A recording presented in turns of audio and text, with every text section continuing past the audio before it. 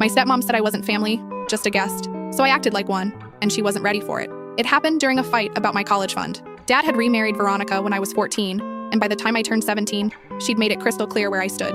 "This is my house now," she'd say whenever I left dishes in the sink. "Your father and I are building our life together." The "our" never included me. The college fund argument started when I found out she'd convinced Dad to redirect my education money toward a kitchen renovation. "You can take out loans like everyone else," she said, examining paint samples.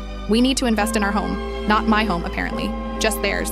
That's when she said it, the words that changed everything. "You need to understand something. You're not really family anymore. You're more like a guest who's overstayed their welcome." Dad stood there, silent. He didn't defend me, didn't correct her, just looked at his shoes like they were suddenly fascinating. Fine, I could be a guest. I started that night. Guests don't do household chores, so I stopped doing dishes, laundry, or cleaning anything except my own room. When Veronica complained about the mess, I smiled politely. "Sorry, I'm just a guest. I wouldn't want to overstep." The kitchen became a disaster zone within 3 days. She had to cancel her book club because the house was such a wreck. Guests don't contribute to household expenses, so I stopped splitting the grocery bills or chipping in for utilities. When they ordered takeout, I ordered my own separate meal and charged it to Dad's credit card. Guests expect to be fed, after all. The credit card statement that month was astronomical. But here's where it got interesting. Guests also don't owe their hosts emotional labor or loyalty. When Veronica's mother came for Thanksgiving and complained about the dry turkey, I agreed enthusiastically. I know, right? Veronica's never been great in the kitchen. When her sister asked how we were all getting along, I smiled sweetly. "Oh, Veronica's made it very clear I'm just a temporary guest here." Very temporary. Her family dinner became increasingly uncomfortable as I treated every gathering like a hotel stay, polite but distant. I'd excuse myself early, mention how I couldn't wait to leave, and thank them for their hospitality with exaggerated formality. Then I discovered something. Guests have rights that family members don't.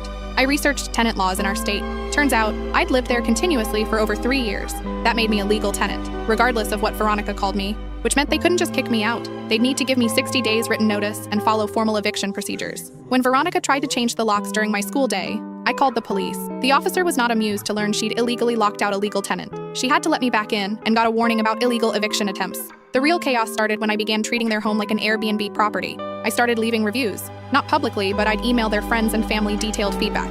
"Great location, but the host has boundary issues. The amenities need upgrading. Would not recommend for long-term stays." Dad's brother thought it was hilarious. Veronica did not. But I'd made a crucial discovery while researching tenant rights. Something about the house ownership that didn't quite add up. The deed had some very interesting details about the original purchase agreement. Details involving my mom's life insurance money that had supposedly gone into a trust for me. Money that had mysteriously funded their down payment 8 years ago. I'd been asking the wrong questions this whole time, and now I was about to ask the right ones. I couldn't fit what happens next in this short video. Watch the rest down below.